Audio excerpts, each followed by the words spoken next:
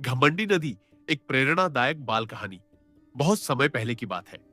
एक सुंदर और हरी भरी घाटी में एक नदी बहा करती थी। उसका नाम था सरिता। वह साफ नीली और चंचल थी। पेड़ पौधे पक्षी जानवर सब उसी से पानी पीते थे। खेतों को वही सींचती थी और गांवों को जीवन देती थी।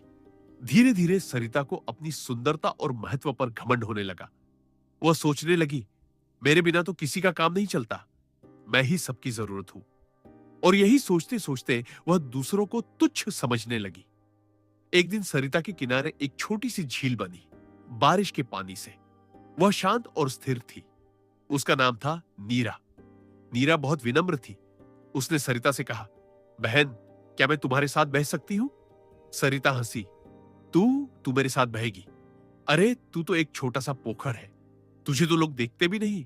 मेरी तरह बहना, चंचलता, चमक, ये सब तुझ में नहीं है।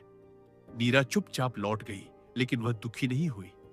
उसने अपने किनारों पर छोटे छोटे पौधों को पानी देना शुरू कर दिया, पक्षियों को छांव दी और बच्चों को खेल का स्थान। धीरे धीरे लोग नीरा के पास आने लगे।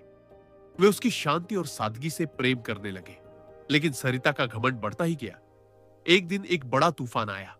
पहाड़ों से बर्फ पिघली और जोर का सैलाब आया। सरिता ने गर्जना की, अब देखो मेरी ताकत।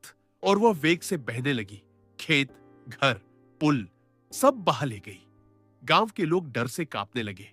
सरिता की सुंदरता अब विनाश में बदल गई थी। कुछ ही घंटों में सरिता का मार्ग बदल गया। उसका पानी कीचड़ से भर गया और वह अब उतनी साफ नहीं रही। गांव वालों ने कहा, यह नदी अब पहले जैसी नहीं रही। उसी समय नीरा अपनी जगह पर स्थिर रही।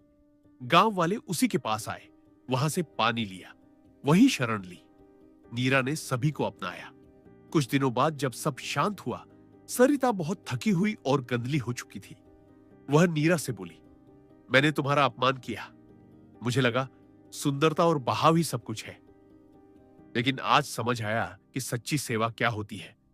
नीरा मुस्कुराई और बोली, बहन, बहाव अच्छा है, लेकिन विनम्रता सबसे बड़ी ताकत है। तब से सरिता ने भी घमंड छोड़ दिया।